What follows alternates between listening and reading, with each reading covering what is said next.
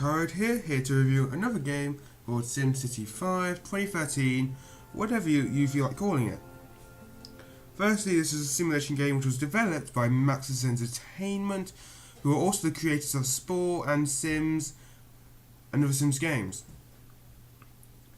This is a game at this point is available on Origin for only £45 for the standard edition, compared to £65 for the deluxe edition, which comes with 3 pieces of DLC, which I've yet to purchase, because I see them as more of a aesthetic thing, which provides more of the, which only really increases the looks of the game rather than actually making the game easier. Let's carry on then. The first topic that I will discuss is the gameplay of the game, which there are 2 different ways which you can play it. And this is really just a tick box in the menu before you actually set up in your region, which either says do you want to play in sandbox mode or not.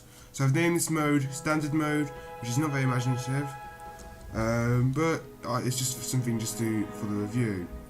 This mode is the most basic and my preferred choice, as it is your basic game type, as it is all about building a city and watching it prosper, whilst in my case it's a version craft after the second earthquake, which I'll go into disasters later on.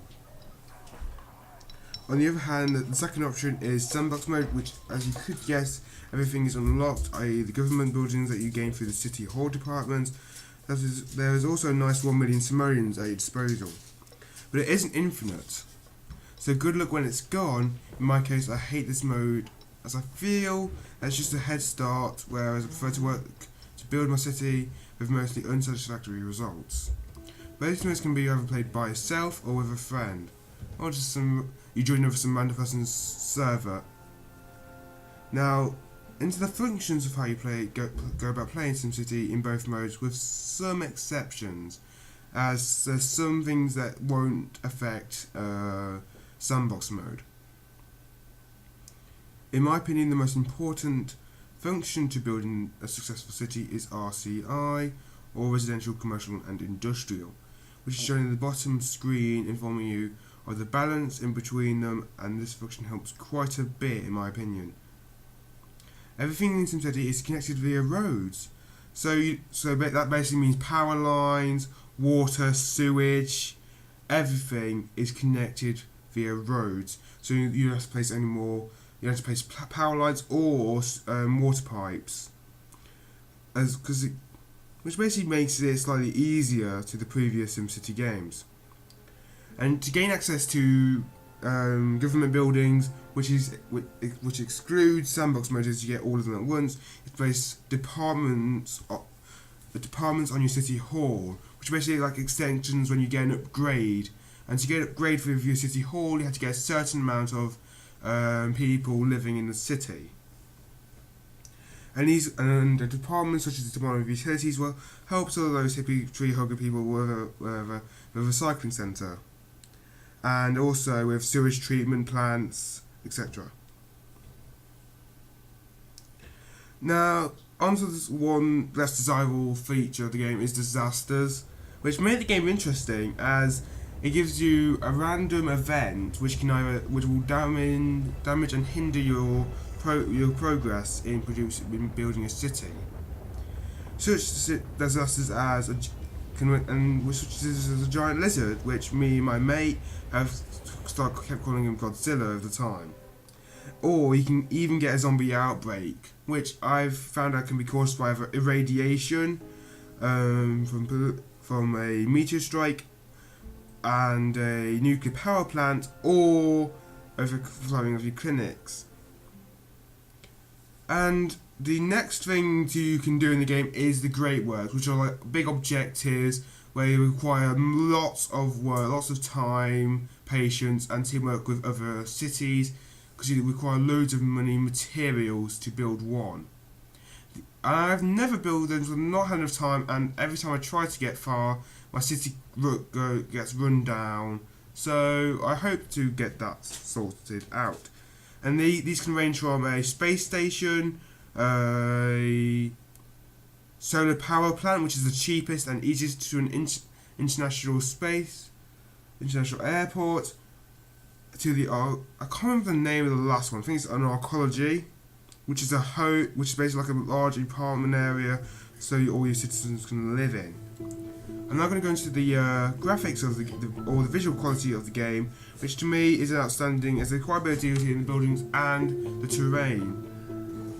Especially when you find yourself looking at your finished, completed city, as I did at one point, and I find it quite mind-blowing because the detail when your city is complete. Individual buildings and people don't have a lot of detail when you look up close, but to me I think this game is supposed to be looked at from afar, not up close. So I really like the terrain, the natural areas around the city.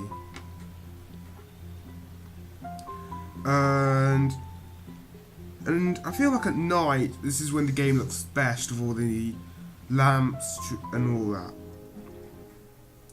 The story, there's not one. I found that in most, like in Spore and Sims, there's not really a story. It's basically about creating your own adventure story, sort of thing, and just kind of advancing from it's basically very much sandbox games. Now, there's a very few things that kind of reviews it from a 10 out of 10 to a 7. Because I made this game a 7, it wasn't 8.5 until I recently got annoyed with the always online DRM. This mode, which I'm probably going to spend most of the time ranting about, basically stops you from playing the game when you lose internet connection or lose connection to the servers themselves. Which I find is pretty annoying, because you lose connection to your city. If you lose connection to the servers, you're given 20 minutes to reconnect, and if you don't reconnect, all your data from building your city, from what you've built up to losing connection, will be lost. So you have to go back to the previous point where you were connected.